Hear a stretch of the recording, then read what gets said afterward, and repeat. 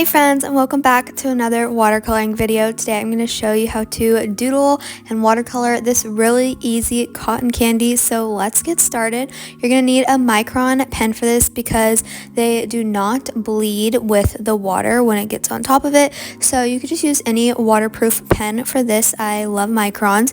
So you're just going to start off with making this rounded shape. It's kind of like the letter V but more rounded for your candy corns, and I like to go over them a couple of times just to give them that hand-drawn sketched kind of a look.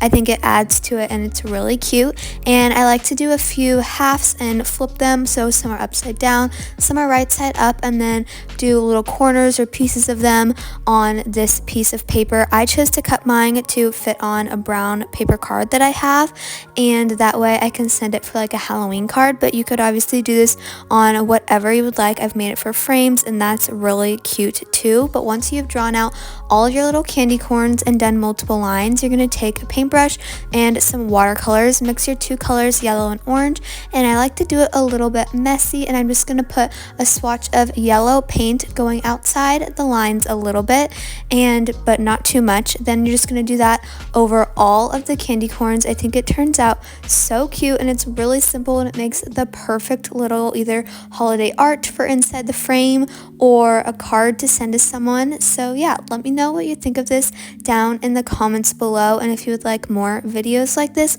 or if you have any other suggestions kind of maybe towards this time of year and whatnot. So let me know what you think. Once you finish the yellow while it's still wet, take your orange on your paintbrush and you're going to put a swatch of that right above the yellow. And I love the little bleeding effect you get with the watercolor while it's still a little bit wet. It really adds to that. Make sure you don't stay perfectly inside the lines. At least that's what I like to do, so I get more of that hand painted kind of look. I think it adds to it. And yeah, that's pretty much it. It's super simple. Once you have finished painting all of your candy corns, you can go ahead and take your micron pen again. Although for this time using the micron, I did decide to use the 005 size, so it's much smaller than in the beginning when I used the size 01. And for this, I'm just going to add little dots and circles all around the candy corn just to add a little something extra to the card.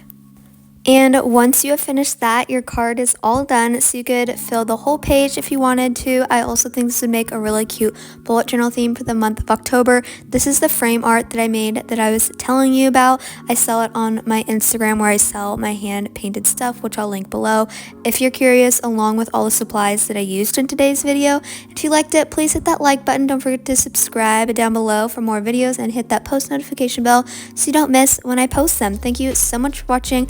I hope you enjoyed the video as much as I had fun painting it, and I'll see you in my next one.